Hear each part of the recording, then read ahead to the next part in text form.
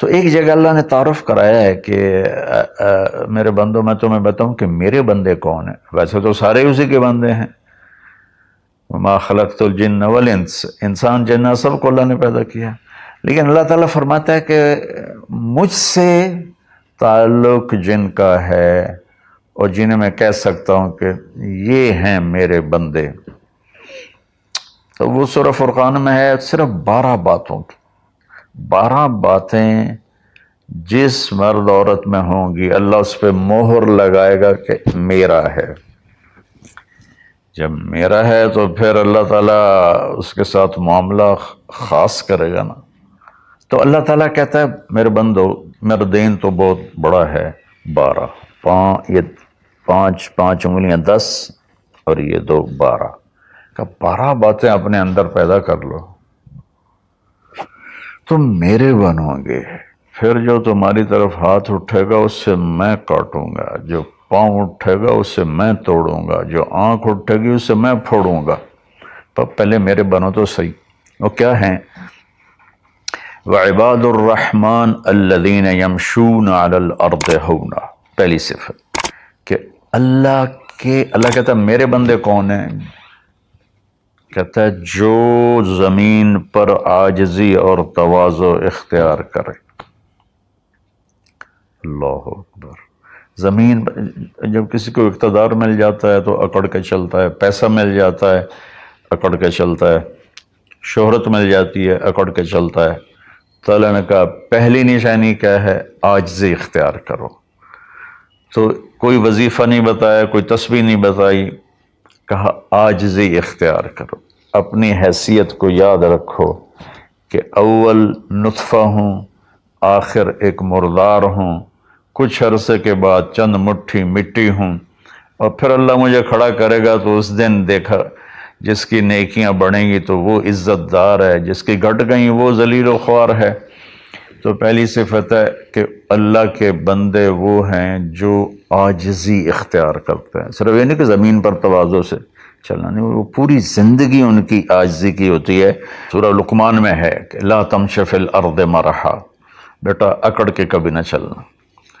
انک لن تخرق الارض ولن تبلغ الجبال طولا، کہ تو نہ تو پہاڑوں سے اوپر قد لے جا سکتا ہے، نہ ایڑی مار کے زمین پھاڑ سکتا ہے. تو ایک میں مختصر بیان کرتا ہوں تواضع. دوسری تواضع سے جڑی ہوئی بات ہے کہ تواضع کا پتہ کب چلے گا؟ وہ دوسری صفت ہے وَإِذَا خَاطَبَهُمُ الْجَاهِلُونَ قَالُوا سَلَامًا. سبحان اللہ. جب ان سے کوئی، یہاں جاہلون سے مراد ان پڑھ نہیں، جاہلون سے مراد ہے زیادتی کرنے والا. وَأَعُوذُ بِكَ مِنْ أَنْ أَجْهَلَ أَوْ يُجْهَلَ عَلَيَّ. یا اللہ میں پناہ چاہتا ہوں کوئی میرے اوپر زیادتی کرے یا میں کسی پر زیادتی کروں. یہاں جہالت سے مراد ہے زیادتی کرنے والا، بدتمیزی کرنے والا. تو وہ کیا کرتے ہیں؟ قالوا سلاما. وہ یہ نہیں کرتے کہ اس سے کتنے لوگ قطع تعلق مراد لیتے، باجی السلام علیکم تو ڈرا ہو رے سا ڈرا ہو رے. تو میرا اللہ یہ نہیں کہہ رہا. میرا اللہ کہہ رہا جب ان سے کوئی غلط گفتگو کرتا ہے، غلط معاملہ کرتا ہے، بدتمیزی کرتا ہے تو وہ آگے تمیز کے ساتھ بات کرتے ہیں.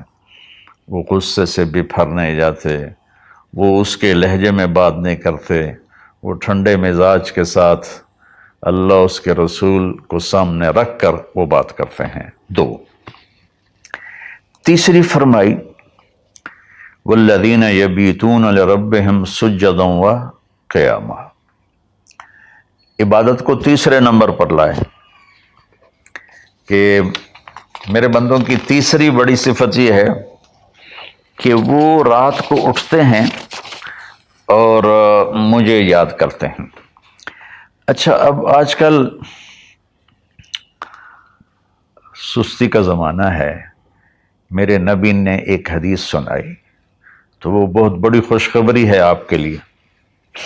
جو عشاء کی نماز باجماعت پڑھ لے اور صبح کی نماز باجماعت پڑھ لے تو اس کی رات تہجد میں لکھی جائے گی.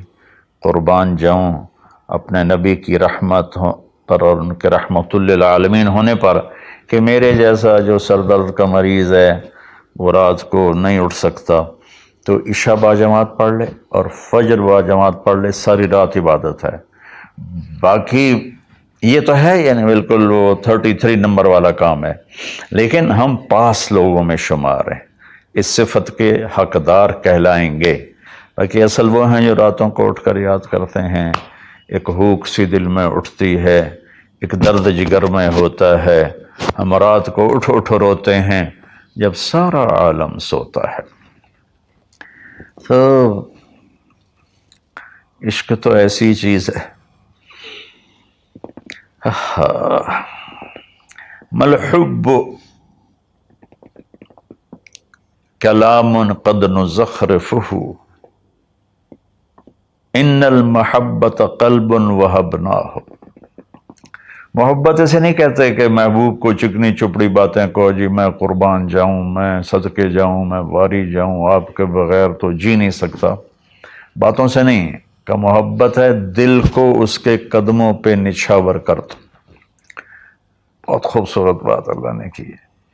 تو جو لوگ ماشاءاللہ راتوں کو اٹھتے ہیں ان کو مبارک ہو، لیکن ہمارے جیسے کمزور بھی اس فضیلت میں ہیں۔ عشاء باجماعت پڑھ لو، فجر باجماعت پڑھ لو، اور پھر اللہ تعالیٰ پہ قربان جائیں کہ ان کی جو ہے نا دعا اللہ تعالیٰ بتاتا ہے، والذین یقولون ربنا اصرف عنا عذاب جہنم ان عذابها کان غراما۔ وہ اللہ ان کی دعا بتا رہا ہے کہ وہ کہتے ہیں یا اللہ ہم سے عذاب جہنم دور فرما، چونکہ یہ نہ ٹلنے والا عذاب ہے جو چمٹ جاتا ہے، اور وہ انہا ساءت مستقرا و مقاما، اور یا اللہ وہ بہت ہی برا ہے، بہت ہی برا ہے۔ تو تہجد اور دعائیں، دعا بہت بڑی طاقت ہے، بہت بڑی طاقت ہے، بہت بڑی طاقت۔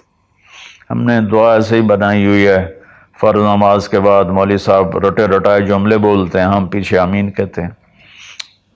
دعا وہ ہے جو آپ تنہائی میں اللہ کے سامنے گڑ گڑا کر بولتے ہیں۔ میرے نبی نے فرمایا اللہ کے سامنے روو، اچھا اگر علم تبکو فتباکو، اچھا اگر تمہیں رونا نہیں آتا نا تو رونے کی شکل بنا لو۔ چوتھی چیز بتاتے ہیں، والذین یقولون ربنا اصرف عنا عذاب جہنم ان عذابها کان غراما انہا ساءت مستقرا و مقاما۔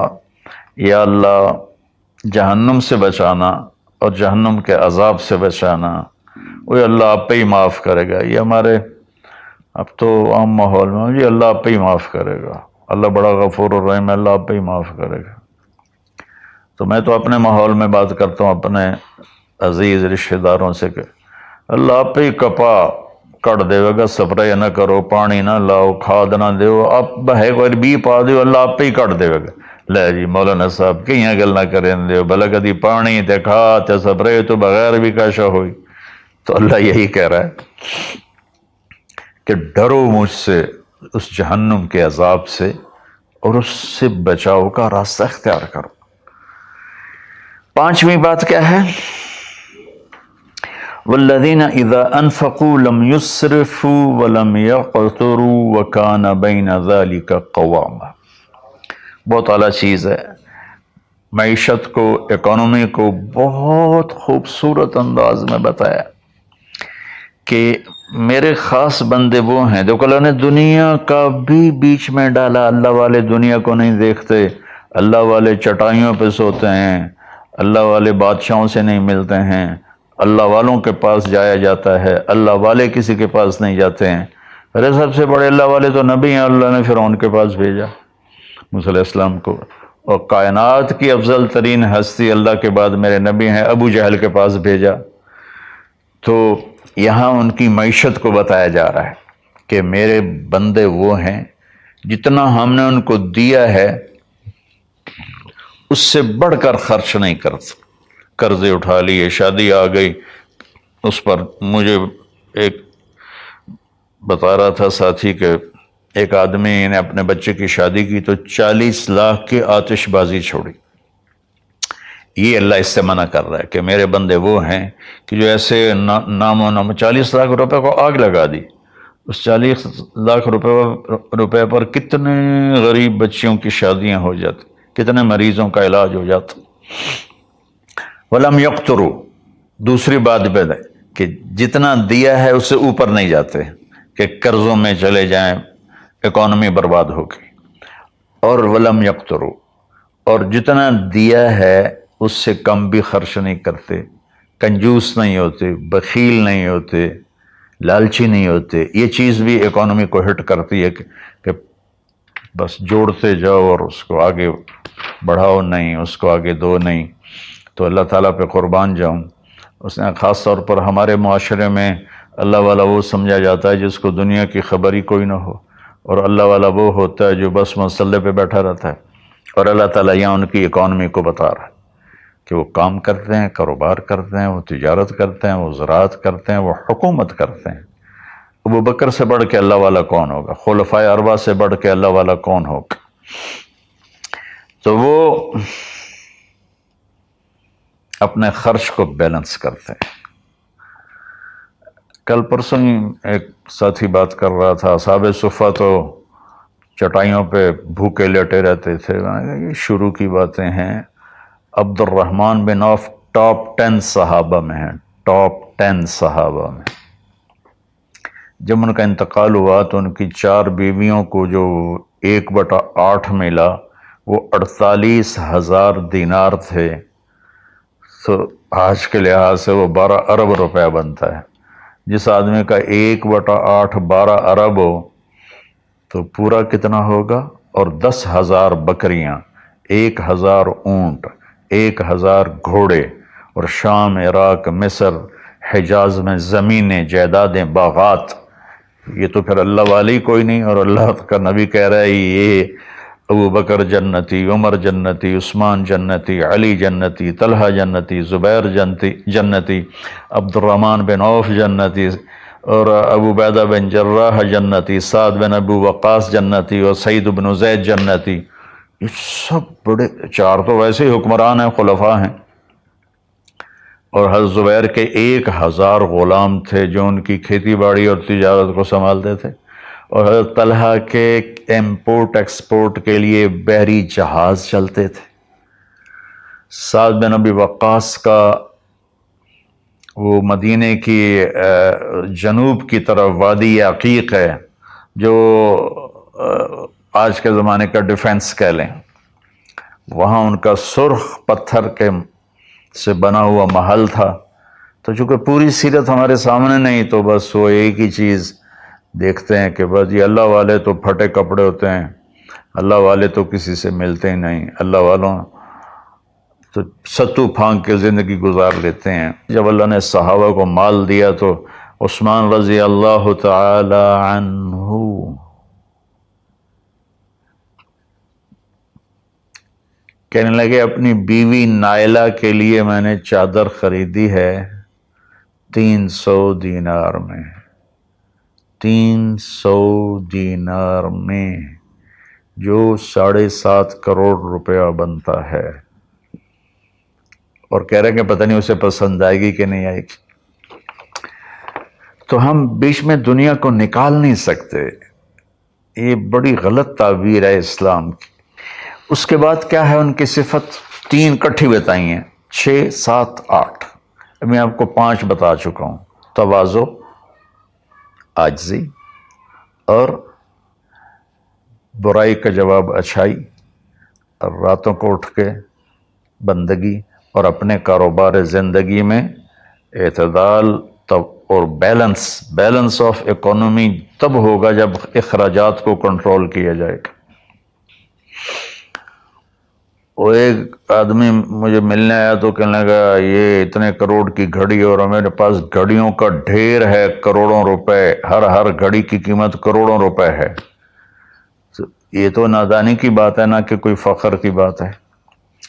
پھر اللہ تعالیٰ نے بتایا 3 صفتیں کٹھی بیان فرمائیں، وہ کیا ہیں؟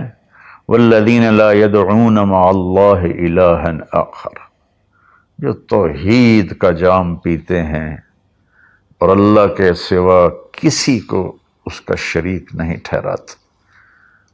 دوسرا کیا ہے؟ وَلَا يَقْتُلُونَ النَّفْسَ الَّتِي حَرَّمَ اللَّهُ إِلَّا بِالْحَقِّ، جو ہمارے علاقے میں اور خاص طور پر جو قتل کی دشمنیاں ہیں، اور اپر پنجاب میں جو قتل کی دشمنیاں ہیں، گجرانوالہ کے ارد گرد، گجرات کے ارد گرد خاندانوں کے خاندان تباہ ہو کے، اور ایسی سرحد اور بلوچستان کے قبیلوں کے قبیلے تباہ ہو گئے، اور نمازی 5 وقت کے، اور میرا اللہ کہتا ہے جو کسی کو قتل نہیں کرتا سوائے حق ہے۔ حق ہے، کوئی زانی پکڑا جاتا ہے اور شادی شدہ ہے اور 4 گواہ اس پہ لگ جاتے ہیں، ہم اس کو قتل کرو۔ اور کوئی جنگ ہے کفر اور اسلام کی، جب اس جنگ میں جب سامنے آئے لڑائی کرنے والا، اسے قتل کرو۔ لیکن جیسے آج کل ہمارا ماحول ہے کہ قتل قتل قتل قتل، بھائیو اللہ کہہ رہا ہے جو میرے بندے ہیں نا وہ کسی کو ناجائز قتل نہیں کرتے۔ تیسرا کیا فرمایا؟ وَلَا يَزْنُونَ، زنا نہیں کرتے۔ زنا کیسے پھیلتا ہے؟ بے حیائی سے، جو چند دن پہلے میں نے بات کی تھی، تو کچھ لوگوں نے برا منایا، باقی تو اکثر نے ایکسیپٹ کیا۔ زنا بے حیائی سے پھیلتا ہے۔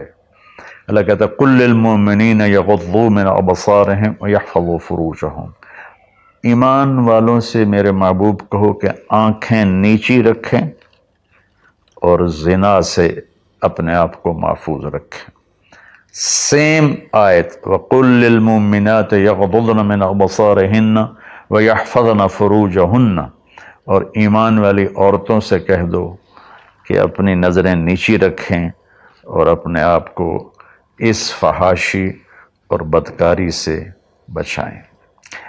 انسان جذبات کا پتلا ہے، اس کے سامنے جب بے حیائی ہوگی تو وہ یقیناً اس کے غلط جذبات ابھریں گے۔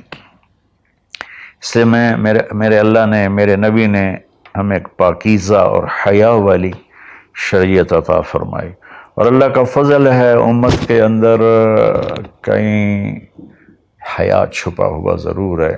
خاص طور پر میں اپنے ان بھائیوں سے کہوں گا جو شادی کرنے کے بعد بھی الگ عورتیں رکھی ہوتی ہیں، اللہ کی قسم میں بڑے دکھ اور شرم کے ساتھ یہ بات کر رہا ہوں، کوئی میں ہٹ نہیں کر رہا ہوں، کہ میرے بھائی جو شادی کر کے بھی اور عورتوں سے تعلق رکھتے ہیں، اور اس سے بھی گری ہوئی بات ہے میری بہنیں جو شادی کے بعد بھی غیر مردوں سے تعلق رکھتی ہیں۔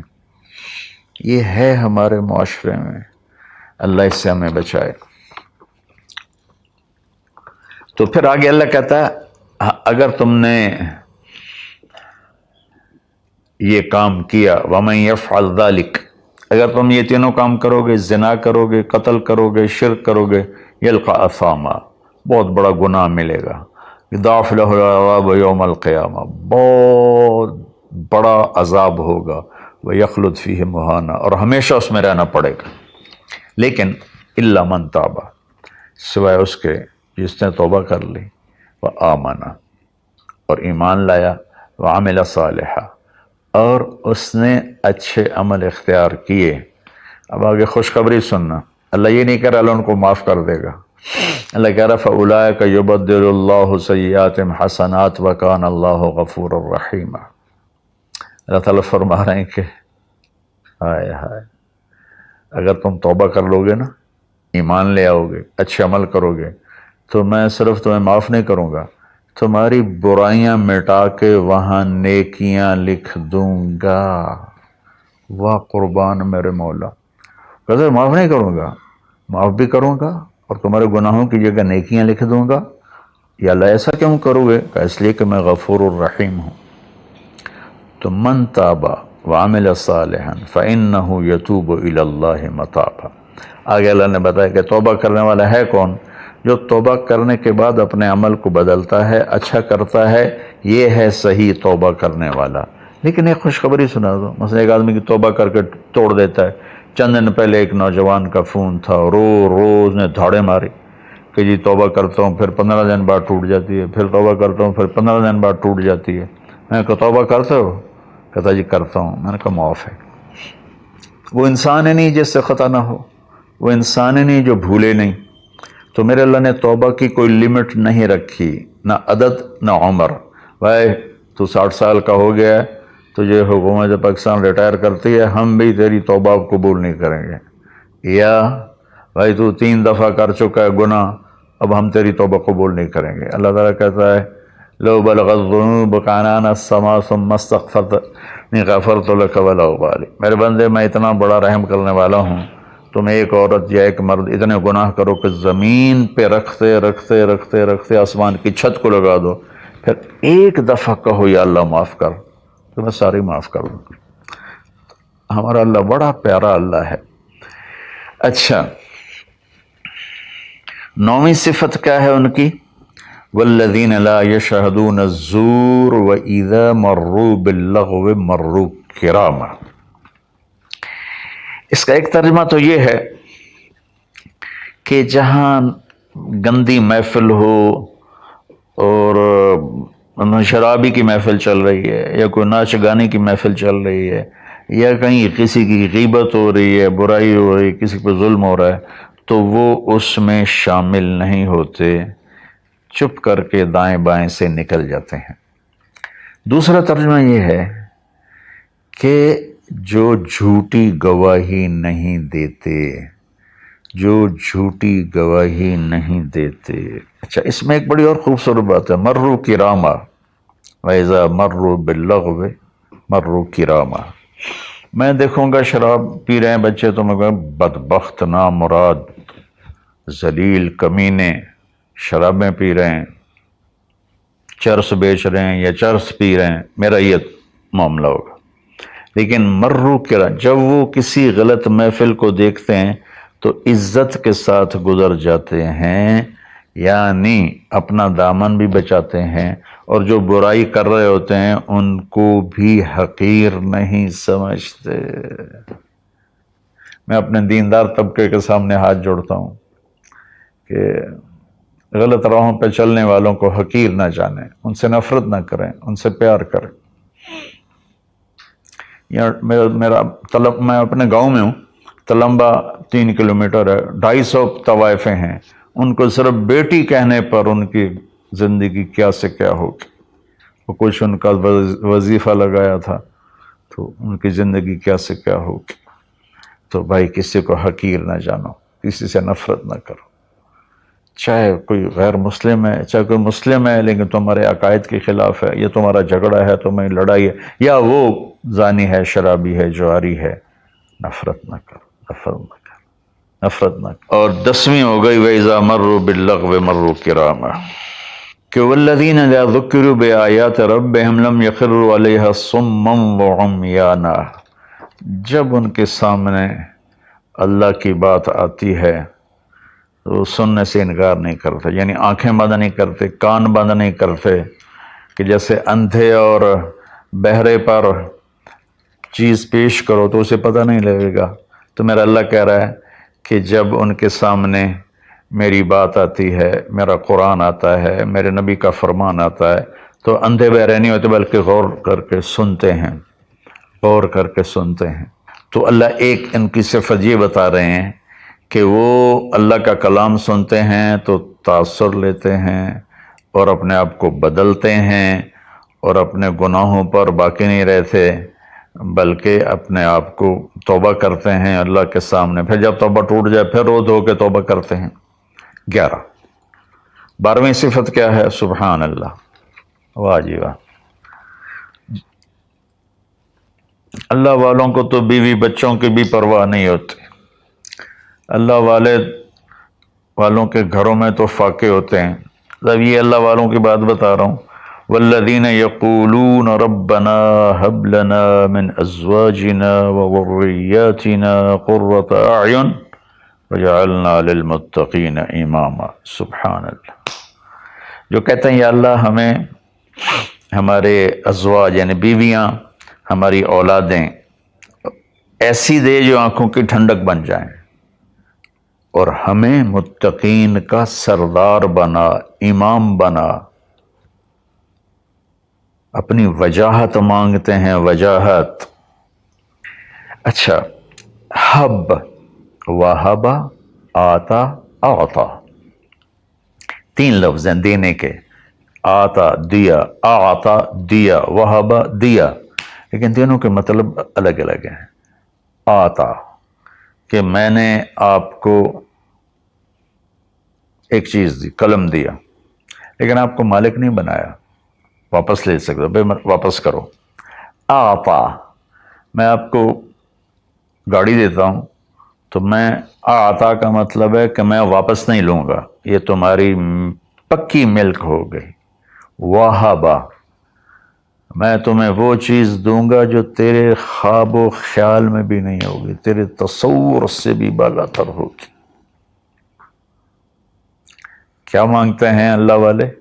یا اللہ میری بیوی ایسی ہو، اتنی اچھی ہو کہ میرے تصور سے بھی بالا تر ہو، میری اولاد ایسی ہو، اتنی نیک ہو، اتنی صلاحیت والے ہوں کہ میرے تصور سے بھی بالا تر ہوں۔ اللہ ہمیں یہ دعا سکھا رہا ہے، یہ نہیں کہا کہ مانگو آتے نہ، کہہ رہا ہے حب لنا، یا اللہ ہمارے گمان سے بھی اوپر کر کے بیوی اور بچے دے، اور ہمیں دنیا میں وجاہت دے، عزت دے۔ اس کا مانگنا انسانی حقوق میں شامل ہے۔ ہاں، ایسی وجاہت اور ایسی شہرت جس کے پیچھے شیطانی کام ہو وہ حرام ہے، ورنہ عزت نفس تو ہر انسان کو پیاری ہے۔ اور پھر اللہ تعالیٰ کہتا ہے قرۃ اعین، آنکھیں ٹھنڈی ہو جائیں۔ اس سے بڑی تعبیر پورے کلام عرب میں نہیں ہے اندر کی خوشی کی، آنکھیں ٹھنڈی ہو جانا۔ ایک اس کا الٹا محاورہ ہے، اسقط اللہ عینک، اللہ تیری آنکھیں گرم کرے، یعنی تجھے تکلیف دیکھنی پڑے، اللہ تیری آنکھیں ٹھنڈی کرے، یعنی تمہیں سکھ دیکھو، تم سکھ دیکھو۔ اور پھر آگے اللہ تعالیٰ کیا کہتا ہے؟ اولئک یجزون الغرفۃ بما صبروا، یہ ہیں وہ جن کو صبر کے بدلے جنت کے بڑے گھر ملیں گے۔ وَيُلَقَّوْنَ فِيهَا تَحِيَّةً وَالسَّلَامًا، جس میں گاڈ آف آنر ان کو پیش کیا جائے گا، سلام کیا جائے گا۔ خالدین فیہا، اس میں ہمیشہ رہیں گے۔ حسنت مستقرا و مقاما، جو ہمیشہ کے لیے خوبصورت رہے گا، اس کا حسن بڑھتا رہے گا، اور تمہارا بھی قیام کبھی نہ ختم ہوگا۔ میری بات تھوڑی لمبی ہو گئی، معافی چاہتا ہوں، لیکن میرے دوستو اللہ کے واسطے جو کام کرو اللہ کے بندے بن کے کرو۔ سیاست کرنی ہے اللہ کے بندے بن کے کرو، تجارت کرنی ہے اللہ کے بندے بن کے کرو، ملازمت کرنی ہے اللہ کے بندے بن کے کرو، زراعت کرنی ہے اللہ کے بندے بن کے کرو۔ اللہ تعالیٰ مجھے بھی ان 12 صفات کا عمل کرنے والا بنائے اور آپ کو بھی۔ السلام علیکم۔